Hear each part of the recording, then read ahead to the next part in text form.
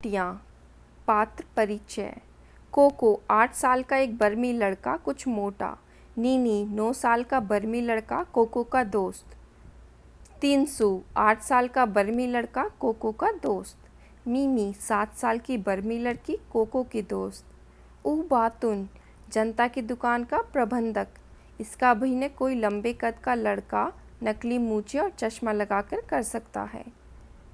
एक सादा कमरा, दीवार पर बांस की चटाइयाँ, एक दीवार के सहारे रखी अलमारी। अलमारी के ऊपर एक रेडियो, चाय की केतली, कुछ कप और खाली गुलाबी फूलदान रखा है। कमरे के बीच फर्श पर एक चटाई बिछी है जिसके ऊपर कम ऊंचाई वाली गोल मेज रखी है। 2 दरवाजे, एक दरवाज़ा पीछे की ओर खुलता है और दूसरा एक किनारे की ओर। पंछियों के चहचहाने के साथ साथ पर्दा उठता है। दूर कहीं मुर्गा बांग देता है, कुत्ता भौंकता है, कहीं प्रार्थना की घंटियां बजती हैं। कोको को आता है, जम्भाई लेकर अपने को सीधा करता है। कोको, माता पिता धान लगाने खेतों में चले गए हैं। जब तक माँ खाना बनाने के लिए लौट कर नहीं आती, मुझे घर की देखभाल करनी है। देखता हूँ माँ ने नाश्ते में मेरे लिए क्या बना रखा है। तश्तरी निकाल कर देखता है कि चावल की 4 रोटियां हैं। वह होठों पर जीभ फेरता है और मुस्कुराता है। कोको, आहा, मज़ा आ गया, चावल की रोटियां, मेरी मनपसंद चीज़। वह पेट मलता हुआ रोटियों को मेज़ पर रखता है और बैठ जाता है। कोको, आज तो डटकर नाश्ता होगा। वह एक रोटी उठाकर मुंह में डालने लगता है, तभी कोई दरवाजे पर दस्तक देता है। नीनी, कोको, दरवाज़ा खोलो, मैं हूँ नीनी। कोको, गजब हो गया, यह तो भुक्कड़ नीनी है। उसकी नज़र में रोटियां पड़ी तो ज़रूर मांगेगा, मैं इन्हें छिपा देता हूँ। नीनी, दरवाज़ा खोलो कोको, तुम क्या कर रहे हो, इतनी देर लगा दी। कोको, मैं इन्हें कहाँ छिपाऊँ। रेडियो की तरफ देखकर, मैं तश्तरी को रेडियो के पीछे छुपा दूँगा, अभी आता हूँ। नीनी, जरा रुको। कोको, आओ नीनी, अंदर आ जाओ।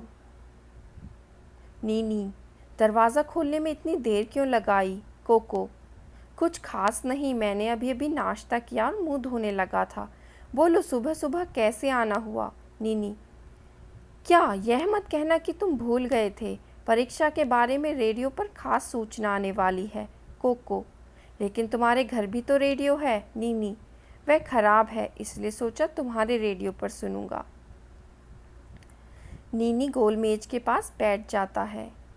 नीनी, रेडियो उठाकर यहीं ले आओ ताकि हम आराम से लेटे लेटे सुन सकें। कोको, नीनी, हमारे रेडियो में भी कुछ खराबी है। नीनी, आओ कोशिश करके देखें, मैं उठाकर ले आता हूँ। नीनी अलमारी की तरफ जाने लगता है। कोको, नहीं नहीं नीनी, इसे मत छूना, छूओगे तो करंट लगेगा। नीनी रुक जाता है। नीनी, मैंने तो इसे छू ही लिया था भाई, मैं वह खबर ज़रूर सुनना चाहता हूँ। तीनसू के घर जाता हूँ, तुम आओगे। कोको, नहीं, अच्छा फिर मिलेंगे। नीनी तेज़ी से बाहर निकल जाता है। कोको गहरी सांस लेकर, बाल बाल बचे, अब चलकर नाश्ता किया जाए, मेरे पेट में चूहे दौड़ने लगे हैं।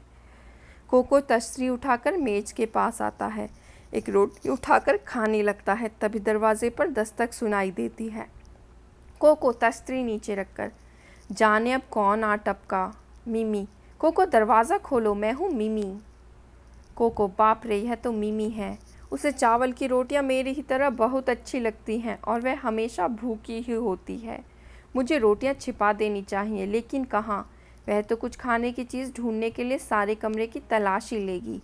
मिमी फिर दरवाज़ा खटखटाकर, कोको दरवाज़ा खोलो ना, इतनी देर क्यों लगा रहे हो।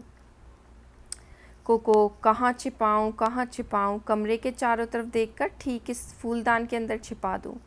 कोको फूलदान में तश्तरी रखकर दरवाज़ा खोलता है।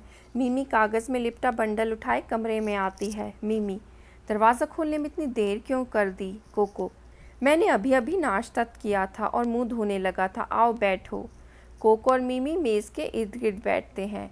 मिमी, मुझे अभी अभी तुम्हारे माता पिता मिले, तुम्हारी माताजी ने कहा कि तुम्हारे लिए चावल की कुछ रोटियां रखी हैं, मैंने सोचा। कोको चावल की रोटियां? हाँ थी तो, लेकिन मैंने सब खा ली। मिमी एक भी नहीं बची। कोको सारी मिमी, मैंने सब खा ली, हाथ से पेट को मलते हुए। पेट एकदम भर गया है, लगता है आज तो दोपहर का खाना भी नहीं खाया जाएगा। मिमी बहुत बुरी बात, मेरी माँ ने केले के पापड़ बनाए थे, मैंने सोचा तुम्हारे साथ बांट कर खाऊंगी। मैं 4 पापड़ लाई हूँ, तो तुम्हारे लिए 2 अपने लिए। सोचा था तुम्हारी चावल की रोटियाँ और मोटे पापड़ दोनों का बढ़िया नाश्ता होगा। मिमी कागज़ का बंडल खोलती है और पापड़ निकालती है। वह उन्हें एक तस्तरी में डालकर मेज पर रखती है।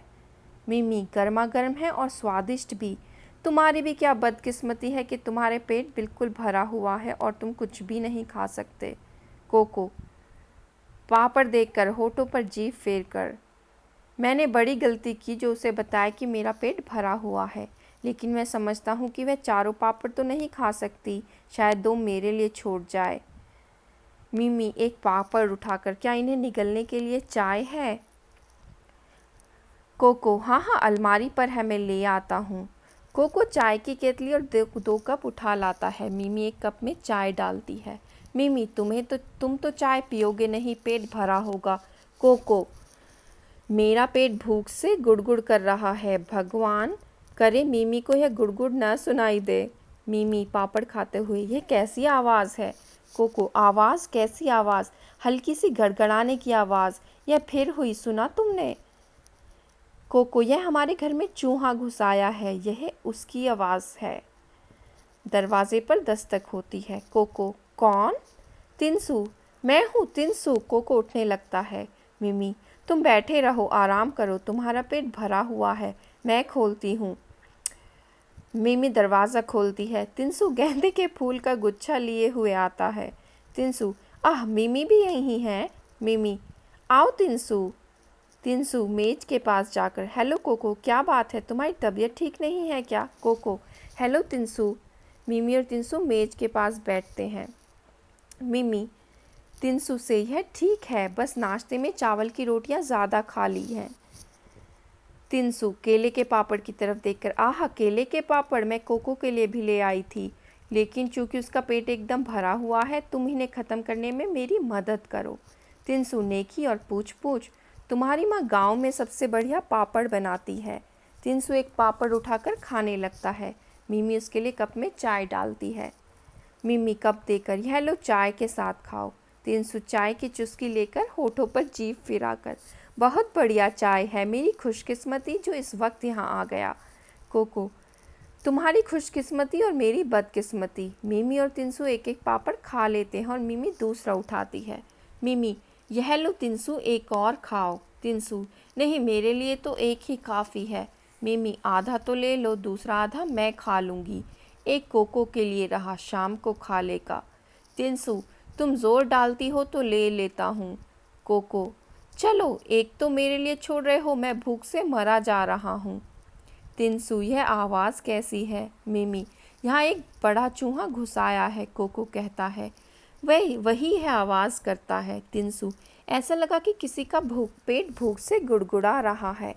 तिनसु और मिमी पापड़ ख़त्म करते हैं। मिमी अच्छा ये फूल कैसे हैं? तिनसु ओ मैं तो भूल ही गया था, मेरी माँ ने कहा कि कोको की माँ ने कल दुकान से एक फूलदान खरीदा था, उन्होंने ये फूल उस फूलदान में रखने के लिए भेजे हैं।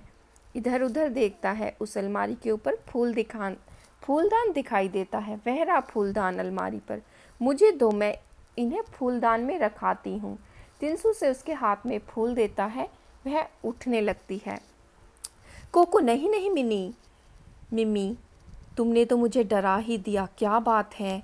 कोको ये फूल मेरी माँ को इस फूल से एलर्जी है, जब भी वह यह फूल देखती है उनके जिस्म में फुंसियाँ निकल आती हैं। तिनसु ओह मुझे इस बात का पता नहीं था, खैर मैं इन फूलों को वापस ले जाऊंगा। कोको चैन की सांस लेकर स्वगत। मुझे अपनी रोटियों को बचाने के लिए कितने झूठ बोलने पड़ेंगे। दरवाजे पर दस्तक। कोको कौन? ऊ बातुन, मैं हूँ दुकानदार का मैनेजर ऊ बातुन। मिमी कोको से, तुम मत उठो कोको, मैं खोलती हूँ दरवाज़ा। अभी आई ऊ बातुन चाचा। ऊ बातुन नीला फूलदान लिए आता है। ऊबातुन, हेलो बच्चों, मेज़ की तरफ देखकर लगता है छोटी मोटी पार्टी चल रही है। मिमी आओ चाचा आओ। ऊबातुन मेट के पास बैठ जाता है। मिमी चाय लेंगे आप? ऊबातुन, कोई एतराज़ नहीं, बहुत बहुत शुक्रिया। मिमी अलमारी की तरफ जाकर कप ले आती है और चाय डालकर ऊबातुन को देती है।